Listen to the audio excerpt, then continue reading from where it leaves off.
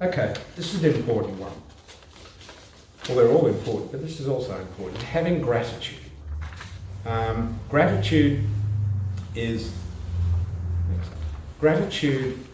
recognising what we do have. Again, it's letting go grasping. Recognising the things that we have in life, the people around us, and being grateful for that, again, it's kind of balm for the mind. It creates this recognition. Unfortunately, particularly more in modern society, there is this constant grasping for more, for more, for more. Never being content with what we have. And we need to develop this contentment, this understanding of being content. And this idea of gratitude, and there are meditations we can do on gratitude. The feeling that we're thankful for what we have, and out of that gratitude comes a desire to also help others, to be kind to others. And the people that have been helped us so much in life, we need to be able to show that gratitude towards them. And that again is a quality that builds up in the mind, and it helps us deal with stuff. If we're constantly looking, and this is the fault in a sense of modern society, where we've got all these advertisements on television that says if you only own this, then you're going to be happy. If you get this new toothpaste, it's going to make your life fabulous. You know, you'll have a brighter smile and you will attract more. But all these different things, all these techniques hook into this desire to not be where we are. I want to be over there. I want to be over there. Even when things are good, we just want a little more. There's a famous multi-billionaire called John Paul Getty in America, and he was an oil baron. He was at one point the richest man in America in the 1930s and 40s. And he had billions. He owned most of the oil wells in America. And he had a payphone in his house because he didn't want anyone using his money to make a phone call.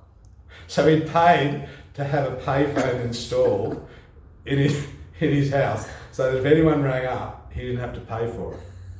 And they asked him towards the end of his life, how much money did he want? And he just said, just a little more, just a little more. What a torturous life. He had billions of dollars and he just wanted a little more. The great news about that is his nephew and his relatives, once they got the money, they started giving it away. They had the best time. There were these billions of dollars. They opened up museums and hospitals and they were able to give this money away. There was the real joy. He had none of it. He had everything that he wanted and he had no happiness.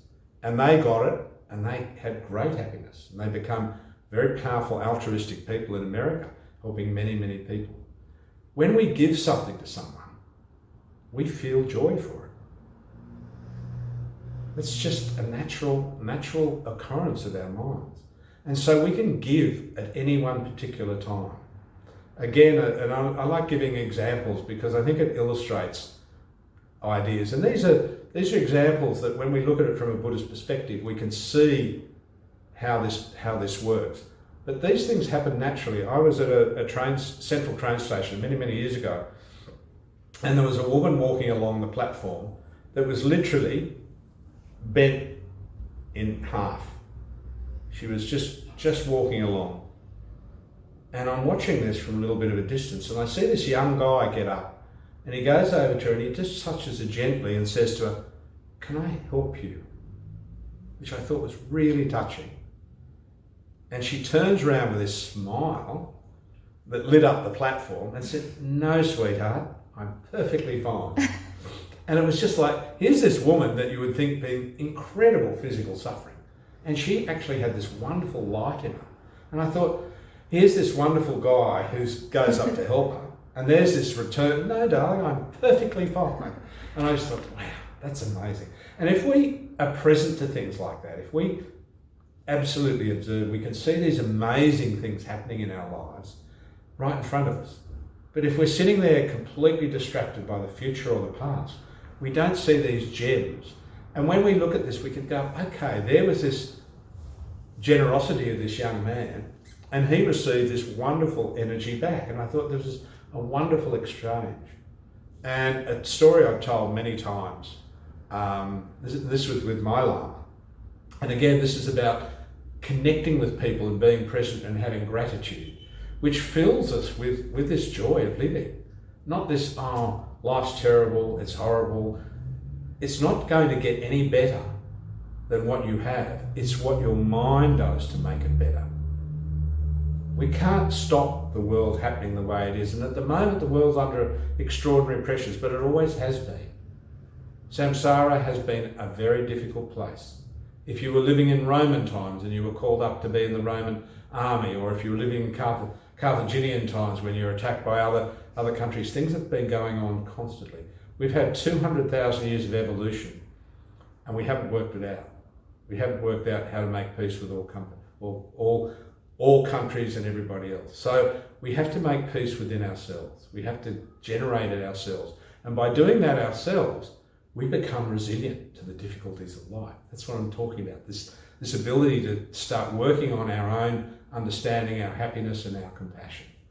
And so we need to be able to do that. And once we start to do that, then we start to have this life where when adversity arrives, we can deal with it. And so this story I was going to tell you, it was with my teacher. We were in Flemington Markets in Melbourne. And you might remember this story. I don't know if you might, Tina. But we were in the Flemington Markets and we were shopping. And he was in his robes. And we were walking through, and this is about being present, which I wasn't. So walking through the markets, and we come down to the butcher's area. And in those days, this is a long while ago, there was sawdust on the floor and there were carcasses hanging up everywhere. And there's a Tibetan Lama taking a vow never to kill, and I'm thinking, oh, this is interesting. We're in pretty much a really horrible place. There was blood on the floor. It was like pretty rough. Thankfully, things have become more hygienic, but these carcasses were just hanging out in the open. And all of a sudden, a butcher comes out, and he's covered in an apron, and he slaps my Lama on the back and says, "Where are you from?" And I'm thinking, this is going to be... And my teacher, with exactly the same energy, slaps him in the chest and he said, "I'm from Tibet, where are you from?" And he just connected with this guy in the moment.